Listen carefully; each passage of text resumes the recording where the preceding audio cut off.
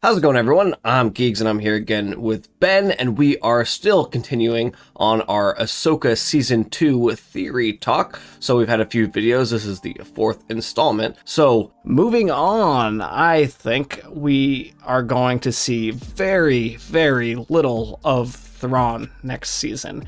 I don't think he's going to be in it hardly at all. What do you think, Ben? Yeah, I don't think so either.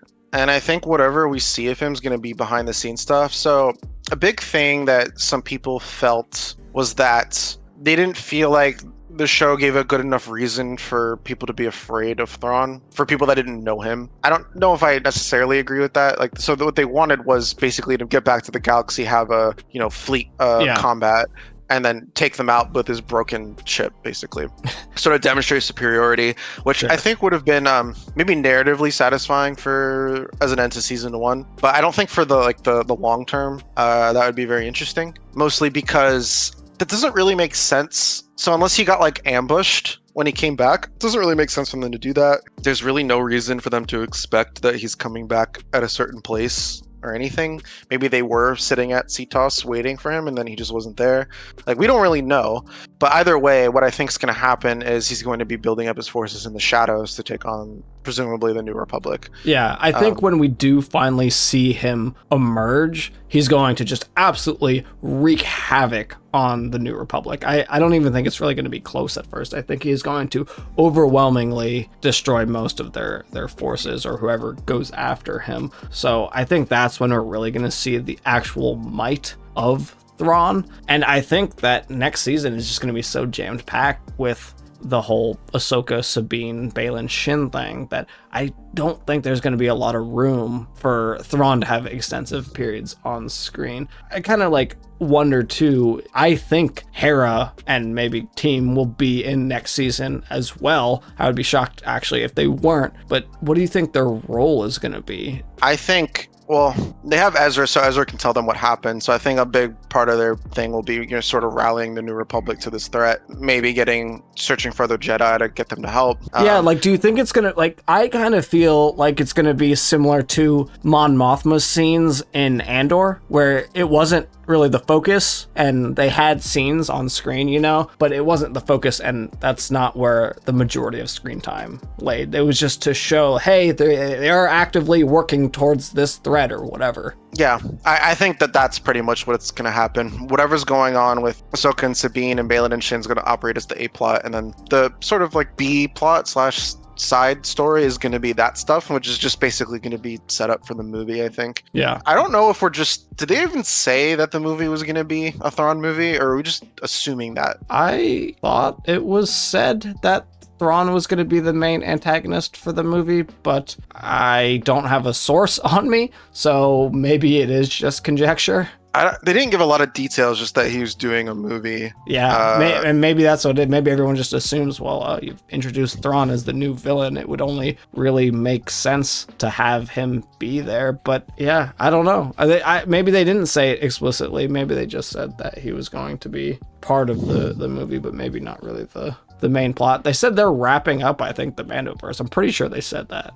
That's true. They did say that. I don't think it's going to be a big team up movie. It could be, but the reason I'm saying that is because it could be Dave Filoni's movie focuses more on the mythical side of things. That's what I was thinking. I mean, he's all about the mythical things with Mortis and the world between worlds and Baylan looking for ancient Jedi knowledge. So he's all about the mystical side of Star Wars. So I would think that, I don't know, would his climax really be the Thrawn traditional Star Wars battle? Maybe it is. I mean, he did somewhat end Rebels that way. I guess it was a pretty solid mix of both between mythical and just straight up destruction from Thrawn. Yeah, it's never just been one or the other with him, though. So, it does say, I don't think we have any concrete information. I think we're making the assumption that Thrawn is going to be the big villain. They might have said it at Star Wars Celebration, but as far as I can tell, they haven't confirmed anything other than it's going to wrap up the stories told. Yeah. In Mandalorian, Book of Boba Fett, and Ahsoka. At least up to that point. I doubt that. Mandalorian seems like it's just going to go on indefinitely.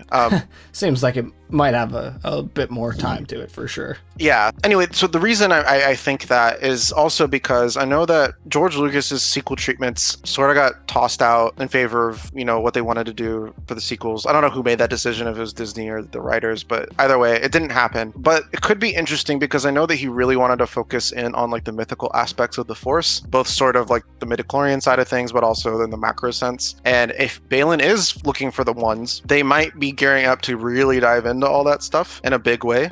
And that could sort of be like Dave Filoni's way of following up Episode 6, maybe in more of a way George would have wanted to do. Not quite, because the grandchildren were still involved. Luke and Leia were still heavily involved in the story as well. And they could still be involved in his movie as well. But that'd be nice. I could almost see this being the start of a new trilogy that just sort of follows that. That'd be awesome. Titled 7, 8, 9. Yeah, that would be really cool. I would love to see that. Yeah. It's just, if anyone was going to take on that story, I think it would be Dave Filoni. Yeah, I agree. So that's sort of why I think that, and I don't see Thrawn being like the sole threat because he's military. Yeah, agreed. But it could just be a one-off movie where they Thrawn as the main villain. I'm sure that would be great too. But I don't necessarily.